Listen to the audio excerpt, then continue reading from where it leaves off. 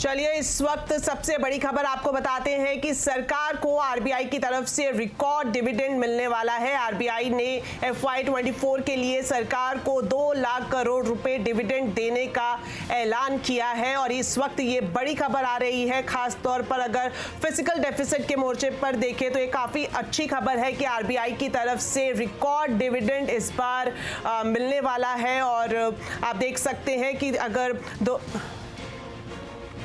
वित्त वर्ष 2024 के लिए ये बड़ा ऐलान किया गया है और क्या कुछ डिटेल्स हैं इसके लिए आप सीधा चलते हैं हमारे economic policy editor Lakshman Roy के पास। तो लक्ष्मण जी बताएं, आरबीआई ने सरकार को रिकॉर्ड डिविडेंड का फैसला लिया है, क्या कुछ डिटेल्स हैं आपके पास?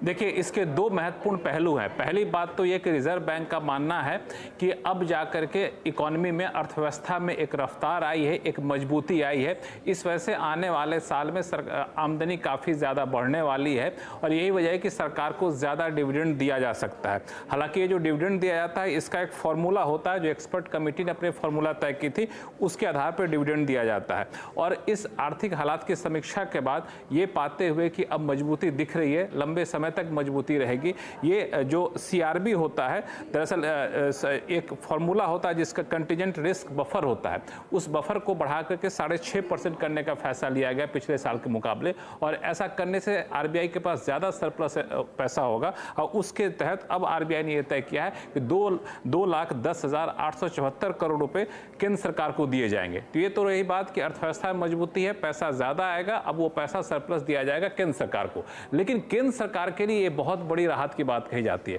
क्योंकि रिजर्व बैंक से इतना ज्यादा पैसा आना 2.11 लाख करोड़ रुपया, वो फिस्कल डेफिसिट के मोर्चे पर एक बड़ी राहत सरकार के लिए कही जाएगी। अब 31 मई को फिस्कल डेफिसिट के जो नए आंकड़े आएंगे उसमें आप देखेंगे फिस्कल डेफिसिट का जो रिवाइज्ड एस्टिमेट 5.8% रखा गया था, उससे भी कम फिस्कल डेफिसिट आने की अब संभावना काफी ज्यादा बन गई है। क्योंकि इससे पहले 2022-23 में 87,416 करोड़ रुपए रिजर्व बैंक ने सरप्लस दिए थे, उससे पहले सिर्फ 30,307 करोड़ रुपए दिए थे।